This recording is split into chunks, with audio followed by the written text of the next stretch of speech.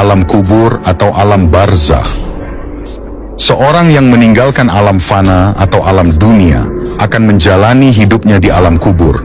Kehidupan di alam kubur atau alam barzakh, terutama di malam pertama, akan sangat mencekam. Sebab seorang yang meninggal, ketika roh meninggalkan jasadnya, maka dia seperti dalam alam mimpi, belum percaya apakah dia sudah meninggal. Tetapi setelah tersadar dan melihat alam di sekelilingnya yang gelap gulita dan ada kain kapan yang melekat di tubuhnya, barulah si ahli kubur kaget, bahkan menangis sedih. Dia syok saat tahu dirinya benar-benar sudah meninggal dan akan menjalani kehidupan yang panjang di alam kubur. Demikian sebuah gambaran tahapan pertama setelah kematian. Kita akan singgah di alam kubur atau dikenal dengan sebutan alam barzakh atau alam kubur. Hal ini disebut dalam firman Allah Subhanahu wa Ta'ala, yang artinya, agar aku berbuat amal yang saleh terhadap yang telah aku tinggalkan, sekali-kali tidak.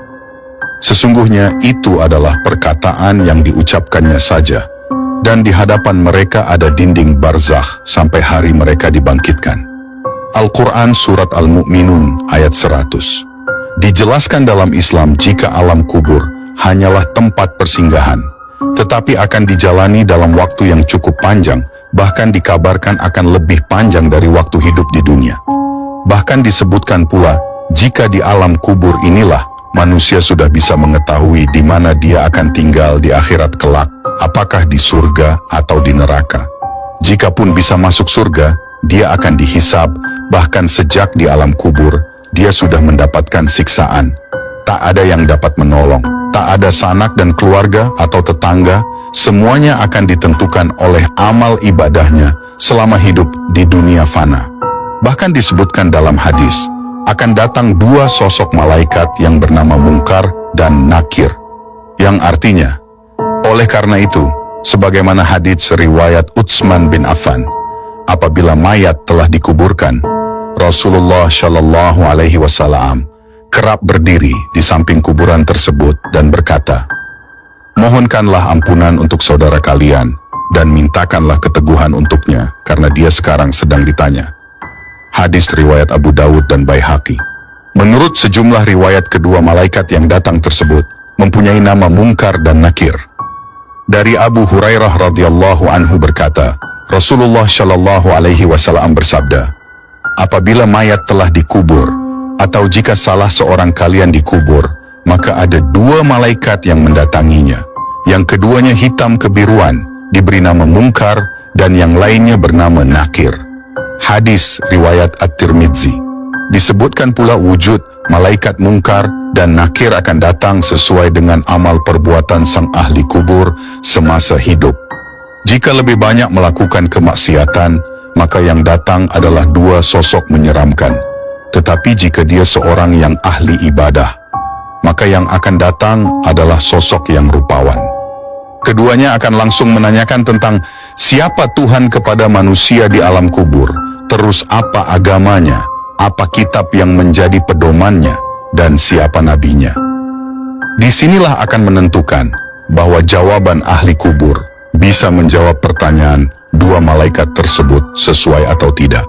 Maka ditanya apa agamanya ketika hidup di dunia, apa kitab yang menjadi pedomannya ketika hidup di dunia, dan siapa nabi yang ia ikuti ketika di dunia.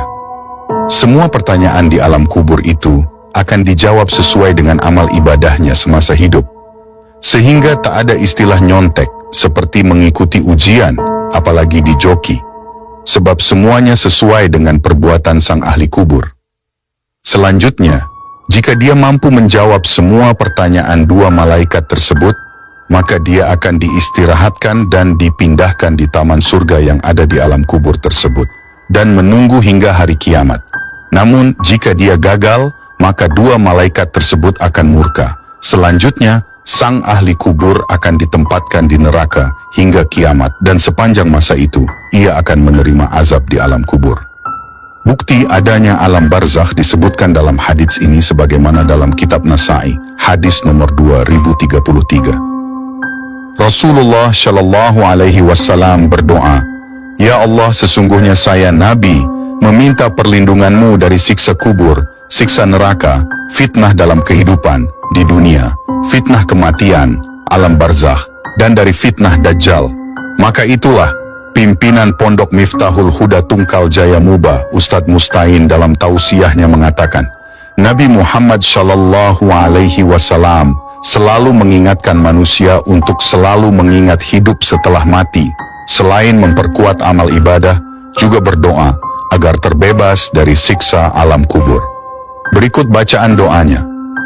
Allahumma inni a'udzubika min adzabil qabri, wa min adzabin nari, wa min fitnatil mahya wal mamati, wa min fitnatil masihid dajjal.